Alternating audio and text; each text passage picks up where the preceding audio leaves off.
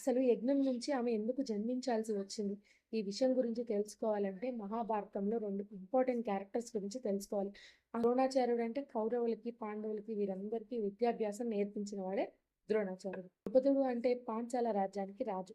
ఈ ద్రుపదుడు, ద్రోణాచార్యుడు బాల్యమిత్రులు ఒకే గురుకులంలో విద్యాభ్యాసం చేస్తాడు. ద్రోణాచార్యుడు విద్యాభ్యాసంలో చాలా నేర్పరి. అందుకని ద్రుపదుడికి చాలా విషయాల్లో హెల్ప్ చేస్తాడు.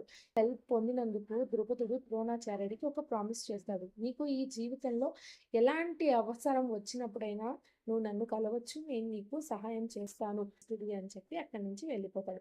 ద్రోణాచార్యుడు పేద బ్రాహ్మణుడు. ఆయనకి తన బిడ్డకి పాలు పట్టడానికి కూడా డబ్బులు లేకపోవడంతో ద్రుపదుడు గుర్తుకు వచ్చి ద్రుపద రాజ్యానికి వెళ్తాడు. ఆ రాజ్యానికి వెళ్ళి సహాయం అడుగుతాడు. కానీ ఈ విషయాలేమీ గుర్తులేని ద్రుపదుడు ఆయనని హేళన చేస్తాడు. ఆయన పేదరికం గురించి కూడా చాలా అవమానిస్తాడు.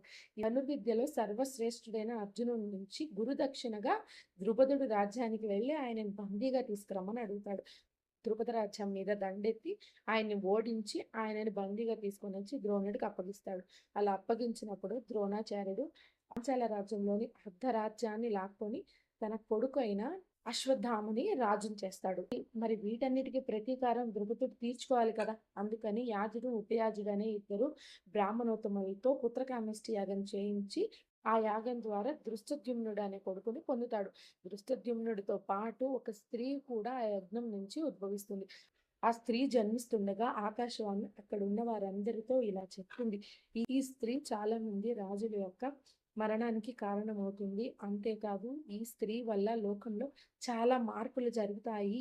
ఈ స్త్రీ నీలి వర్ణంలో ఉంది కాబట్టి తన పేరు కృష్ణగా నిర్ణయించి ఆకాశవాణి వెళ్ళిపోతుంది. అలా జన్మించింది ద్రౌపది.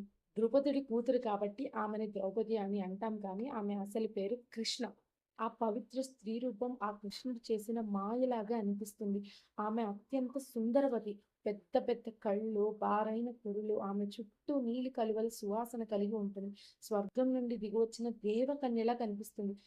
ఆమె ఎప్పుడూ అంతఃపురాన్ని దాటి బయటికి రాదు, కానీ ఆమె సర్వజ్ఞాని. మరి యజ్ఞం నుంచి ఉద్భవించిన ఈ స్త్రీ రూపం కన్య కదా. మరి ఆవిడికి పెళ్లి చేయాలని ద్రుపదుడు ఆయన బాధ్యతను తీర్చుకోవాలి అనుకుంటాడు. అలాంటప్పుడే ద్రుపదుడు మనసులో ఒకే ఒక్క పేరు మొదలుతుంది. అదే అర్జునుడు. తనని ఓడించినప్పటికీ శ్రేష్ఠ ధనుర్ధారి అయిన అర్జునుడు అత్యంత సుందరవంతుడు. ఆయనే తన బిడ్డకి భర్తగా రావాలని కోరుకుంటాడు ద్రుపదుడు. కానీ ద్రుపదుడు ద్రౌపదికి స్వయంవరాన్ని ప్రకటిస్తారు.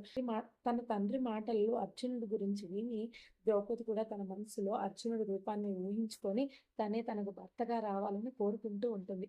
మరి ద్రౌపది ఆశ నెరవేరుతుందా? అర్జునుడు వచ్చి తనని వివాహం చేసుకుంటాడా?